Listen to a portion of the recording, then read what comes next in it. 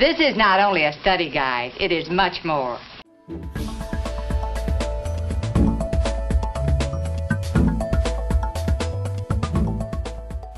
We go to Daniel in New Hampshire. You're on Free Talk Live. Hello, Daniel. Hi, guys. Hey, what's on your mind tonight? I moved to Manchester in April as part of the Free State Project. Oh, great. I spent the first 30 years of my life in New York City, and I can tell you, these ideas about the idea about hiring private entrepreneurs to come in and plow the streets, and it's like, who's going to pay for it? The private citizens are so overtaxed. They don't have the money. I have a friend, right? He's an illegal alien. Mm-hmm. Every year he makes money shoveling people's walkways, driveways, and such. This year he's only done 5 houses, and it's not for a lack of snow.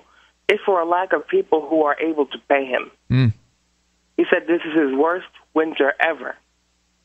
I mean, if they can't pay somebody to shovel a driveway or a sidewalk, or a front walk rather, it's not going to happen with these large plows. And then there's a legality of it. I mean, I have no idea whether it's legal or not to plow a public street with a private plow. But the problem with New York is that there's so many laws.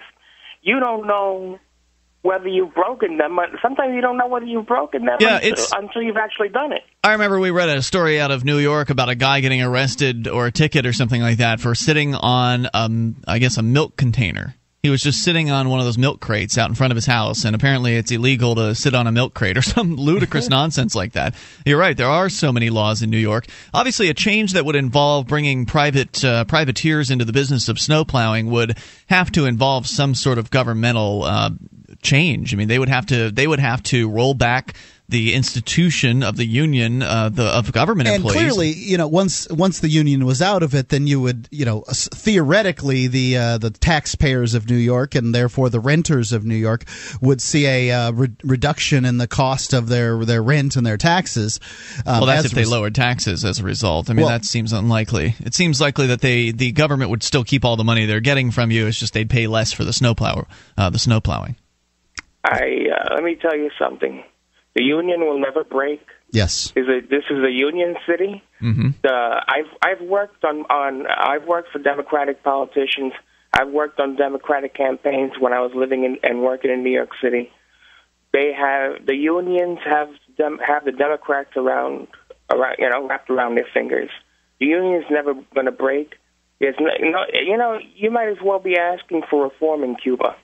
Yeah, I agree. I absolutely agree. Wow, what a way to put it in perspective. The only solution is to leave. Yeah. It's the only solution. This past November, I got my mother-in-law and my brother-in-law up here to live in Manchester. Oh, wow, great. Next spring I'm bringing my mother. I'm going to get my mother up here because nobody can afford to live there. I'm from Queens, so I know all about the whole Manhattan-centric thing. That it's where the wealthiest people live. Now, of course, they're going to get plowed first. So it's also where the tourists go too. That's where the money gets spent for retail in New York. Much in a much larger percentage. So Daniel, tell me. I mean, you spent your first 30 years of your life. So you're about 30 years old then. Mid-30s. Yeah. So you're in your 30s. You spent the bulk of your life in New York City. You just made the move to New Hampshire as part of the Free State Project, which, of course, for those that don't know, is a move of thousands of like-minded, liberty-oriented people all converging to the same place. Only about several hundred have made the move so far. So you're one of the early movers. Was it a culture shock for you, getting out of the city and moving to a place like Manchester, which Manchester is the biggest city in New Hampshire, but compared to New York City... Yeah, you're right. I mean, it was a culture shock. In terms of the freedom, I mean, just an example. I brought my bicycle up.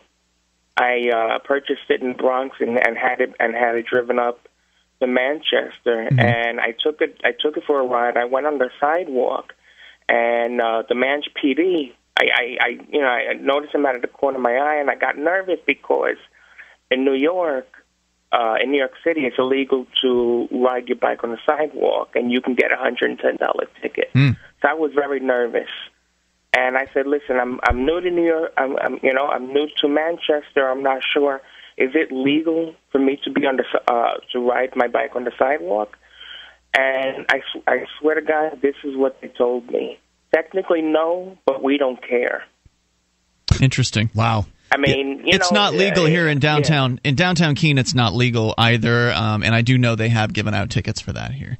But here, you could refuse to pay the ticket, and you'd have activists backing you up, and it would be a big deal if that happened. I think it's one thing to ride down a sidewalk where people are there and you're causing a hazard. It's another thing to take it easy and go slow. And that's a big part of it. Whether you're going fast and keep because you are sharing it with pedestrians, and you have to keep that in mind. I would rollerblade on sidewalks in Keene all the time, which I don't think is illegal, but I was always very conscientious of the fact that I'm sharing it with pedestrians, and I don't want to zoom by and then someone come out of a door and smack. So I was just careful about it. One thing's for sure, you're definitely going to have an overall freedom increase if you are moving from New York City.